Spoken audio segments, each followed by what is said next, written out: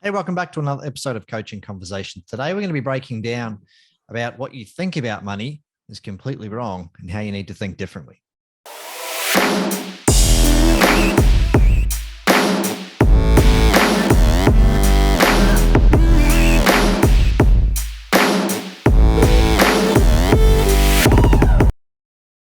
Hey, welcome back to another episode of Coaching Conversations with Nick and Chris. Today, we're going to be speaking about the breakdown of how you think about money, your relationship to it, and how it could be completely upended by the end of this podcast. Get your thinking ears on and listening ears on, because things are going to be controversially flipped today. Nick, how are you this morning? We're going to flip that 180 degrees and really show that, boom, what the truth is, why maybe your bank balance isn't right, and why you stress out where it comes to money and cash flow for your business and all that stuff. Yep. So ready to rumble? See, shaved, clean, ready to go. Ready to rumble.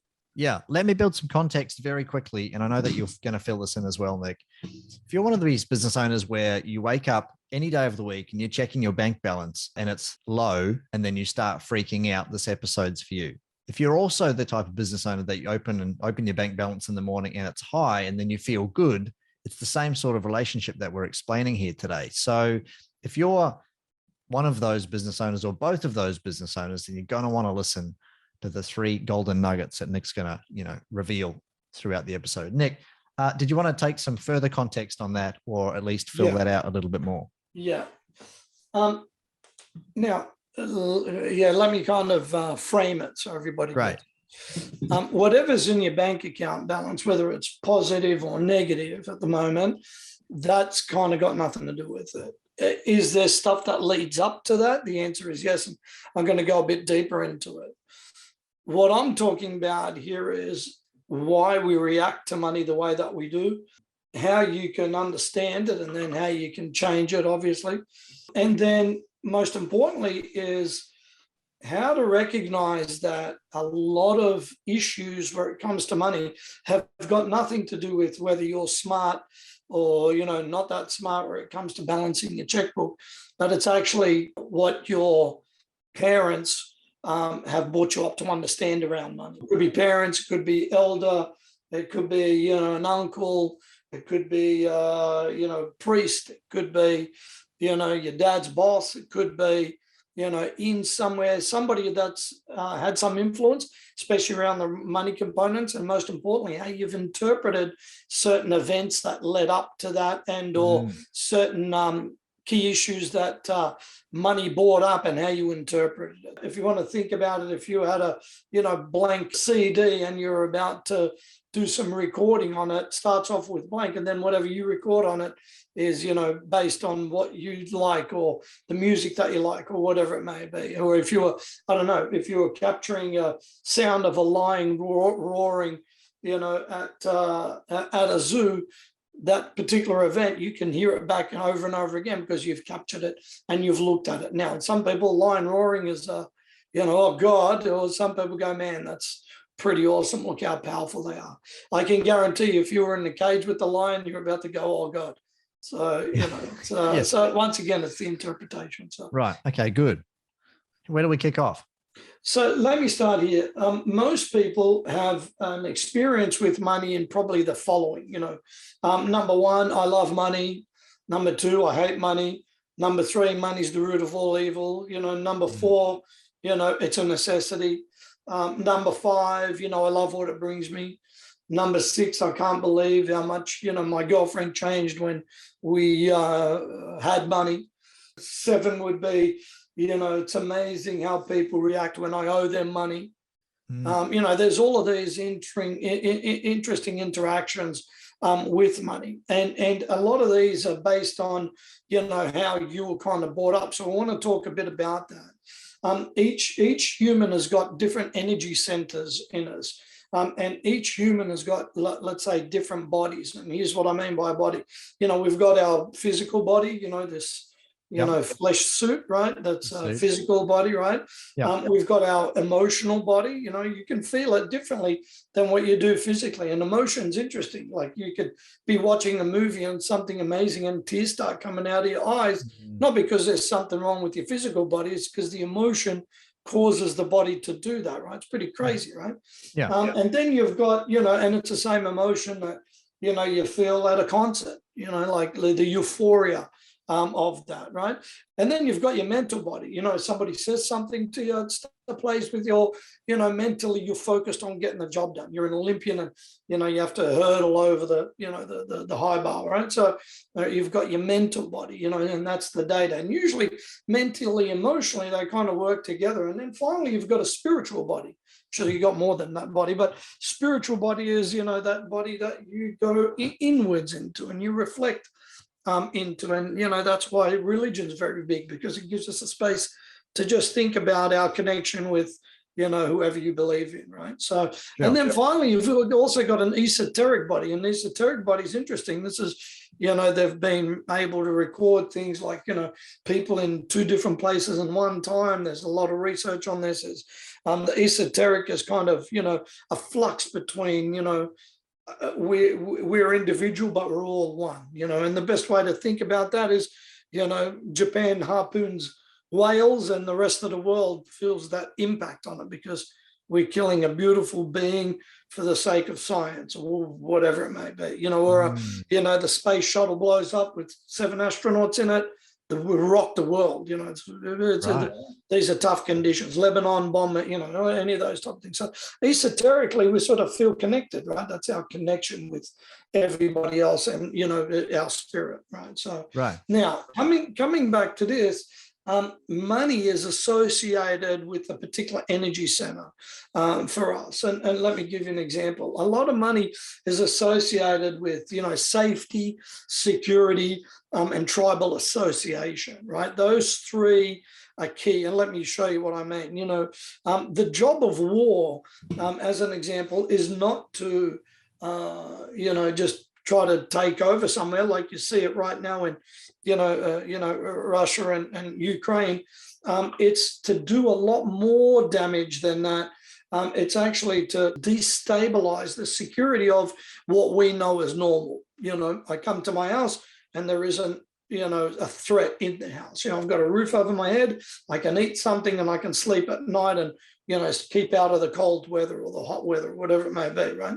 So I just think that that's kind of a safety part of it. Security around money means that, I've got some money in my bank account to put petrol in the car or to, pay the bills or to, go out and buy food or cigarettes or whatever it is. You've got an element of security. And that's why when you get a job with somebody, you've got the security of every week, the wage going in. The company starts going bad and you start to go, because you got the mortgage, you got all of that stuff. That's why they call it a security mortgage over your house. You technically don't own it, the bank does, but you pay towards that, right? Yeah. If push comes to shove, that'll rock your security. They'll take it back off you. Sure. And then finally, the tribal association part of it is, without money or with little money, I kind of attract myself to a particular type of person. Usually people that are, really wealthy aren't hanging out with people that are super poor.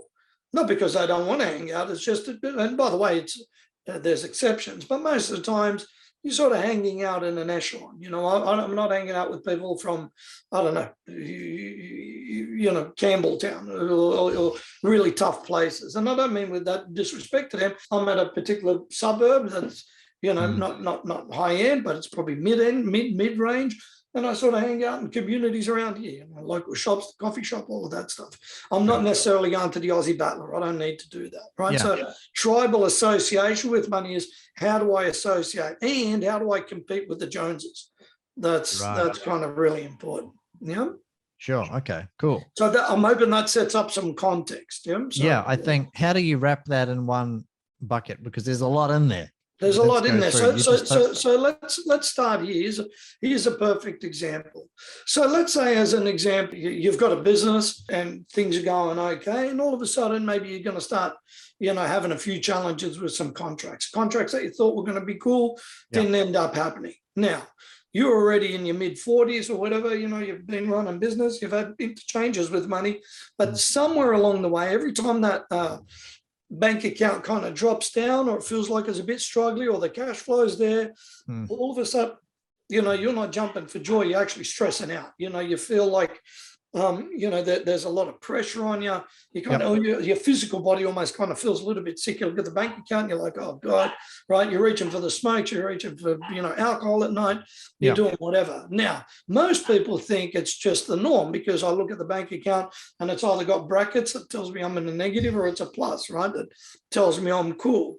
Right. Now, depending on your association with it, let's say, when you were, 5 or 6 years old, your parents, were cruising along their everyday suburbia, your dad loses his job, right? And it's been really, really difficult. The country goes into a little bit of a downturn, things are getting tough, you can't get a job, the family home that you had was going to be cool, except, it's been hard to get the repayments. Your mum's already got 2 other siblings, one's a baby, so she can't go to work. So your dad's been making it, tough to, make ends meet. 2 years go past, he still hasn't got a job. All of a sudden, the luxuries that you had, you've had to sell a house, go into a little rental unit. You've had to change the way that things happen. Struggle street. And all you're seeing is your parents arguing continuously. There's this whole thing. And maybe in a situation, your mum's just left your dad because the true colors of who he is has come out with no money. Now, when you're 6, that association to it basically says that as soon as the bank account changes and money isn't in your account and things aren't good, it's about to be this next 5 years of doomsday. Yep. And the reality of it is today you're 40, you got a $5 million business, you got the Range Rover at home, the kids go to, private schools and all things are cool. However, if you're, have a situation where, that contract that you thought you were going to get, didn't come through and now you're kind of geared up for it, all of a sudden, you're going to start replaying those events as if it was the child when you were 6. And the reason being is your programming around money is that. Now, if your mom said, to your dad something along the lines of, look at how ridiculous you are. You can't even get a job. You're hopeless. You were lucky to have that job in the first place. I can't believe you've put us into this situation.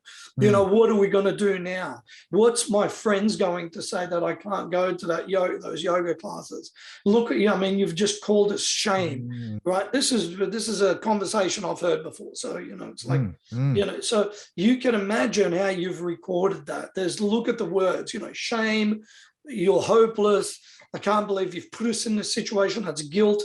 You're attacking somebody, all of this stuff, right? Like it just becomes this, mix of emotion that associated with it and an understanding from a mental point of view that, that decision that I made, whether it was me or it wasn't, you could start blaming whatever, but if you become redundant or whatever in that scenario, dad became redundant in that scenario, it doesn't matter what you blame, you're still in that scenario. Now, fast forward into your business today and, you are not unemployed, you've got a business, but there's a lot of key areas that are associated with money. The leases on the trucks, the home, the 30-foot cruiser, the 2 Range Rovers, typical lifestyle of a reasonably successful business, right? So do you see? So all of a sudden, as soon as you have an interaction with money that's negative, it starts to replay this, even though it happened 38 years ago, whatever it may be, like and it's got nothing to do with it. That event has nothing to do with the event today. But because you've been programmed that way, every time it comes to money, it's that, And this is why, by the way, a lot of people take money for granted, especially when they've come from money and or they come into money and or they don't understand their stuff around money. Because the other way could be, really kind of the same level of programming. As long as I've got money at school. I know people that have, lost everything and killed themselves just over money. Right. Like they couldn't bear to live in that shame or what they felt as shame. Right. So the first step here or the first stage is to understand your relationship with money and how you think about it based on programming and where you've come from. I was about to break that down. Yeah. So sort of 3 key areas I think you've got to really look at is number 1 is understand that you're not your past. You need to recognize that. I mean, most conditioning happens between the ages of 1 to 10, roughly, where it comes to money, interactivity with money. And that's why even with my kids, I've always spoken to them from day one. Here, you go and pay at that cafe. Here, let's exchange money so you get an understanding. Hey, you should put some away and then, spend 10% of it, just enjoy it, do whatever. Hey, with my son, especially like refereeing, like he's 16 now, he might make $150 on a Saturday to ref. Right. I match him dollar for dollar, which is cool, Right. so, he's putting money away and he's very frugal with his money. Even my daughter, same thing, 13. She gets it. She sells stuff on eBay all the time, little Right. toys and crap like that. Dad, she came to me yesterday and she goes, Dad, I made $12 at school. I'm like, what did you do? She goes, I bought lollies from this other place, went to school, broke them up individually and sold them. I go, how much profit? She goes, $4. I'm like, oh, there you go. Right. Like, do you know, like she's very entrepreneurial. Like Yeah, that's cool. I don't know where she gets it from, but yeah, she's very entrepreneurial. So do you see the association around money is I've already built that in to go, hey, don't worry about whatever you're feeling right now. It doesn't mean that you can't change money. We've bought a unit each for them, and they're worth $1 million each unit now. Our goal is that when they're 21, we can go, here you go. And now we've given you enough, you get going. Whatever you do with it, you do. But I can guarantee you before I give that to them, there's going to be a money education period of, but with that, if you've got a job, you can then buy another one off it. So we're already talking that, they can't at the moment because they're underage, but once they get to work, which won't be that long for Philip, he'll be 18 in 2 years. So, there's this, hey, I've built you today, you could borrow off it, buy another one and set you up for life. Like that's the goal, so coming back to it is, you're not your past, it's what you're brought up with. And if you're influenced by grandparents, parents, all of that stuff, you've just got to understand that this is kind of basic programming. You can change that programming. Right. I came from a middle-age, we weren't really wealthy, but we weren't really poor. But, it took 10 years to go on a holiday. It's like that. We always had food. We always had all of that stuff, but, always used cars. And, my parents never really put money into that. They tried to pay their mortgage and, put us through school and all of that stuff. So I had to really look at that. I've got friends of mine that are very nickel and dime where it comes to money. But that's how they are. And where with me, I'll push myself out there. You know what I mean? The more I owe, the more assets I can work towards paying off. That's how I look at it. If I'm going to, I don't know, buy a new car or whatever, I go sooner or later, I'm going to own it. It's kind of cool, right? It's like an asset to own. It's forced savings. That's why I like property. It's forced savings. Yeah. Good. So number one, understand that you're not your past. Yeah, really understand that you're not your past, and the way that you think about money today is most likely based on current, old programming. Yeah, old programming or events that you've recorded as gospel. Perfect. Which, in other words, you've recorded as that's your truth today. Sure. Think about it. Money, the root of all evil. I think having no money is the root of all evil. Yeah. When you really think about it, but some people that are Aussie battlers, they're always like that. They go, oh, look at those rich guys. They're never happy. They're never, it's that whole Aussie battler mindset. No wonder money's the root of all evil. But I've had no money. I've been broke. I've had no money in my account. I've had not enough money to buy formula for the kids. I've had to skip meals because I couldn't eat. I've had all of that stuff. So I can guarantee you, for me, from my side of things, the root of all evil is having no money. Yeah, because you start acting, becoming something that you're usually not, So, and by the way, it could be the other way around, that the root of all evil is money if it takes you down a rabbit hole that you can't recover out of. So yeah, right. It's once again, it's the interaction with it. So very good. What's the next point? Yeah, number 2 is identify patterns. And here's what I mean with this. We're, as humans, we're very, very creatures of habit for most of our, life. And we usually get into the same default patterns, the way you have your shower, the way you brush your teeth, the way you eat your breakfast, the way you, comb your hair, the way you, whatever it may be. These are all patterns that you usually have. And a lot of the times we sort of stay on those patterns unless something happens to us and it shifts us around, like, hey, it was cool. Next minute, I've got no money.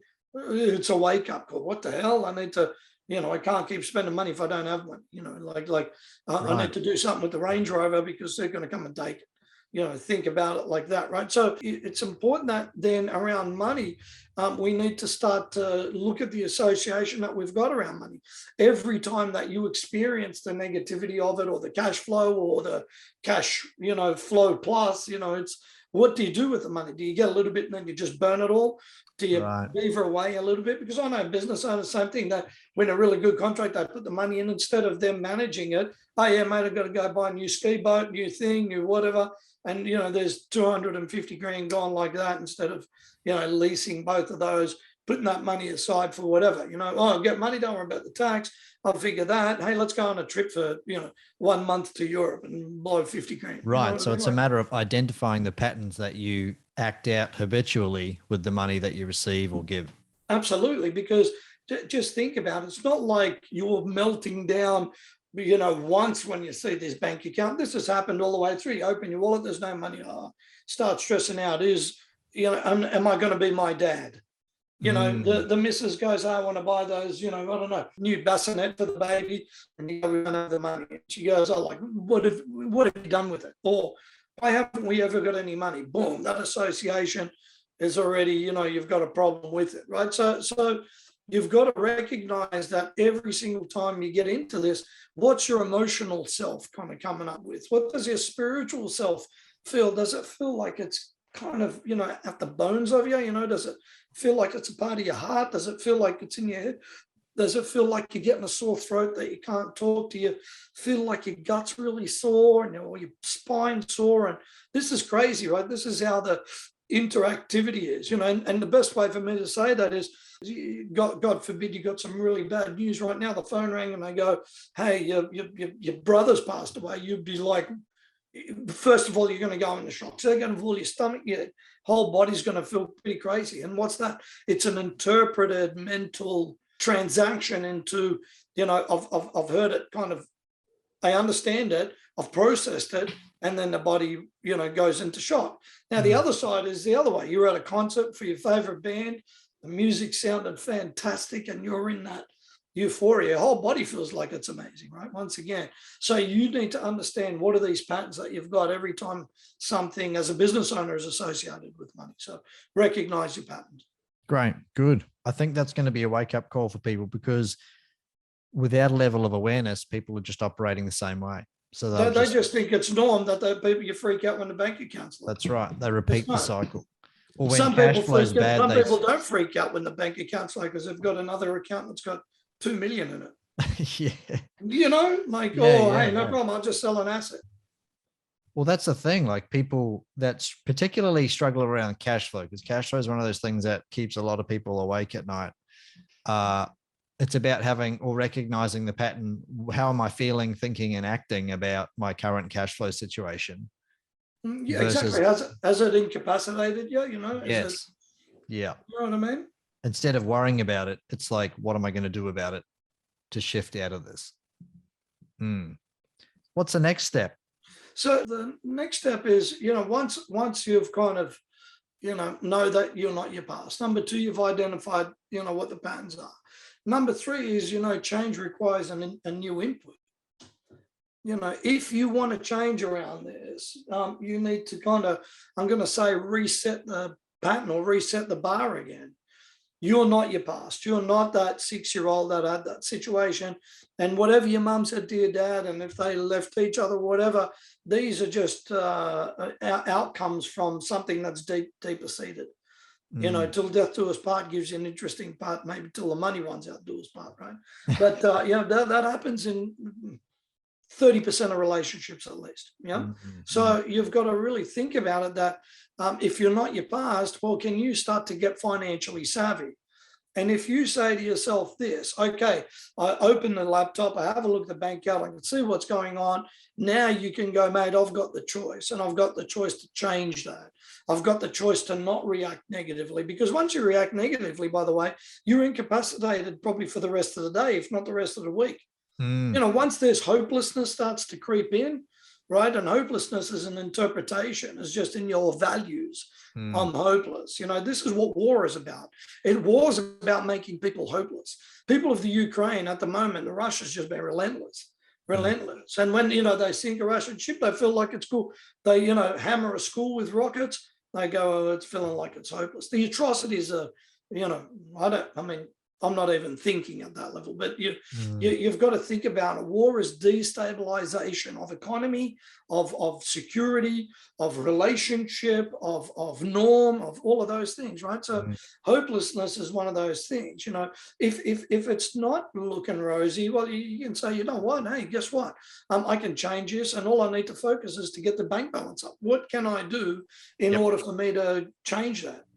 Because usually a bank account balance is whatever you've done in your past as a business owner. You've sold stuff, built stuff, traded stuff, done stuff, fixed stuff, whatever, which gives you money that goes into there. Now, if you're constantly not putting enough money because your lifestyle's too high, or, you aren't charging enough, or you're competing in the wrong sort of areas, it's time that you look at it. And I think in order to get rid of the negative thoughts, you also need to give gratitude and have a shift in attitude towards gratitude.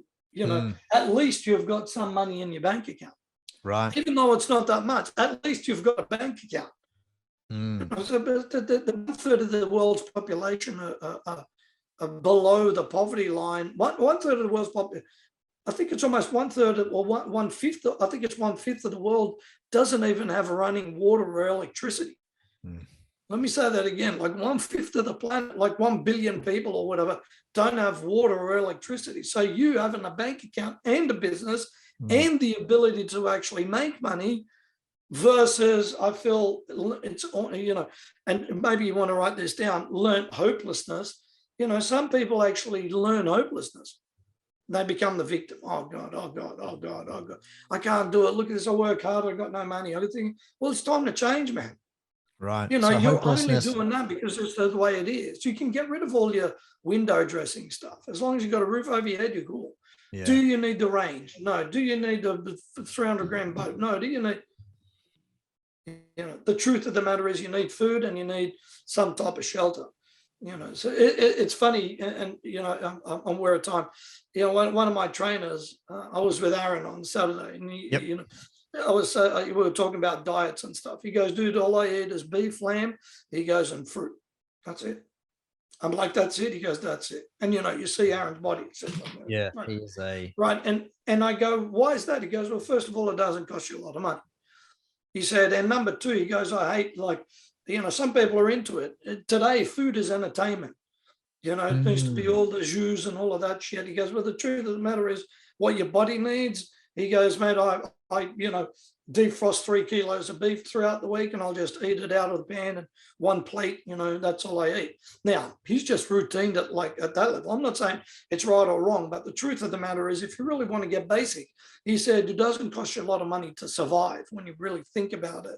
Right. You don't need a lot of processed food. You don't need, Pepsi and Coke and, beer and all of those stuff. You can drink water, if you really want to, make a shift, not to say that you have to, but what I am saying is, if you're so set up on the luxuries in life that you're still got this interaction with money that it affects you in such a way when you don't have money, you've got to start to consider what's better, that or getting rid of some of the luxuries in life. There's been some real kind of eye openers or ear openers in today's episode. And hopefully if you're listening to this or watching this back, you're starting to think differently, at least having a level of awareness on how you observe and perceive money, whether it, invokes different feelings, different attitudes, even actions around how you run your business or how you run your life. Nick, can you roll through those 3 key points really quickly once again, please? Yeah. So number one, just remember that you're not your past. Money has got nothing to do with where you are today. Yep. Money is, coming from what you've been programmed with in your past. Mm-hmm. Full stop. Like, that's it. Don't think because you got money or no money in your bank account, it's got anything to do with it. It's your interaction with money. And this is why some people, as an example, that have got no money, but they're very entrepreneurial, can lose money and they'll get their money back pretty quickly. Right. They did research. If they, shared the money around the world with every man, woman, and child, I think like within 2 years we'll end up in the same place as where it is today. Right. Because most people interaction with money, they'll blow it. And the best way to do it is when the government gave us that $990 stimulus. I think with the previous government, people were supposed to spend it on, stuff for their kids and the house and everybody. My mate that owns the Good Guys, he goes, we've never been busier selling TVs than ever before. There we go. Right. So because past programming goes, I got this for free. It doesn't mean anything. I'll just go and burn it. Right. Step 2 is identify patterns. What's your pattern around money? How do you interact every time you've got a good scenario or bad scenario? And just record it down. How do you feel in your different bodies, spiritually, mentally, emotionally, esoterically? How do you feel? And you just write that down. Is it of euphoria or is it of pain? You need to, and by the way, the best part about the emotional body and the physical body together, it shows you and tells you physically how you're feeling. Emotion is just an interpretation from your mental body to your emotion to your physical body. It's the interchange of biochemical changes within your body. It's pretty crazy, right? Yeah. Wow. That's cool. That's why when you skip, it's very hard to feel negative. Yeah. True. Try it. If you want to try it, if you're having a bad day, just start skipping. Go skip to work. You can't physically feel shitty when you're skipping. Yeah. Skip to work, people. That's the takeaway. Skip to work, people. Exactly. Yeah. And then finally, change requires a new input. If you want to recalibrate, you're not your past, you need to start to put new stuff inside here, start to study money, start to get financially savvy, start to understand your emotion around money, start to understand where did this come from and it's not your truth today. Start to understand that whatever interaction you have with money, the good, the bad, or whatever, it doesn't matter. If you're smart enough to remake money, you'll make money. Great. If not, change your lifestyle. Yeah. Change requires change. Change requires change. Cool. If you've got any questions out there, you want to find out a little bit more about this or need some help with money in your business or your life, reach out to us at askitupcoach.com.au. We'd be happy to have a conversation with you. Until next time, thank you once again, Nick. No problem. Have a great day. We'll see you all again. And today, by the way, is Money Monday. Today is Money Monday. Speaking of money, there we go. See you all again in the next episode of Coaching Conversations. Bye now. Bye now.